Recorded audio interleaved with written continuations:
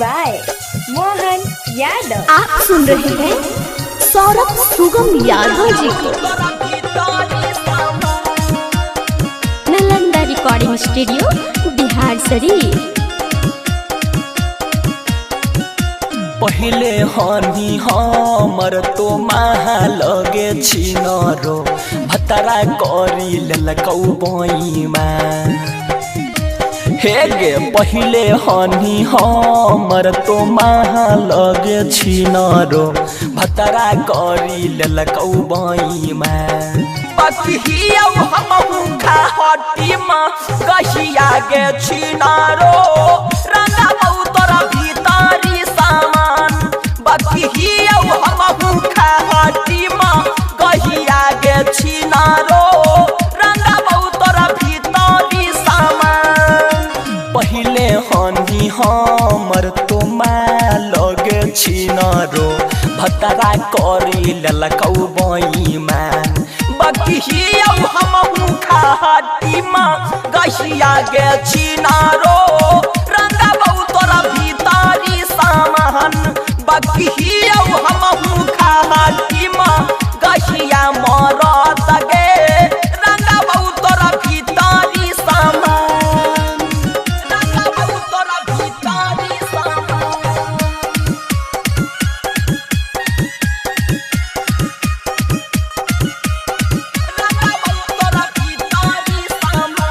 Music by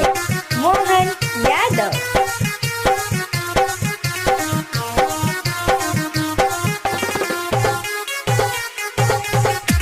पहले कहनी हमरा जहाँ न जनगे छिनरो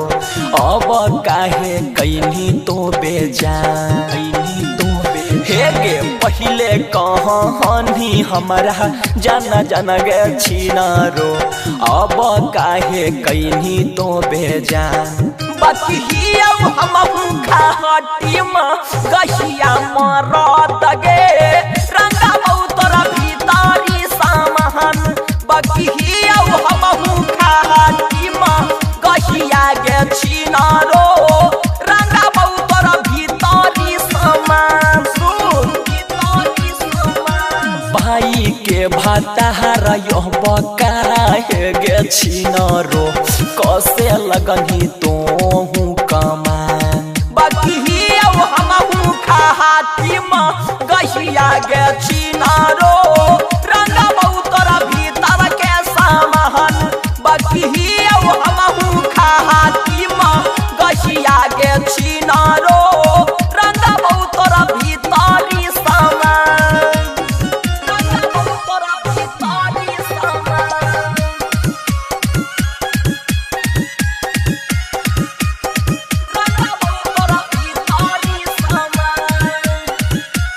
म्यूजिक बाय मोहन यादव।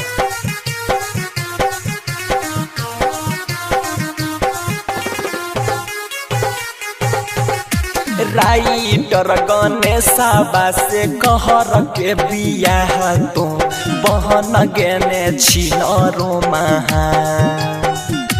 हे गे राइटर गणेशबा से कहर के बियाह तो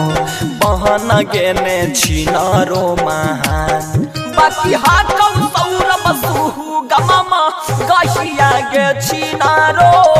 रंगा तौ बला जामाड़ी सामान बाकी हाकौ सौरभ सुहु गममा कहिया गे छिनरो रंगा तौ बला जामाड़ी सामान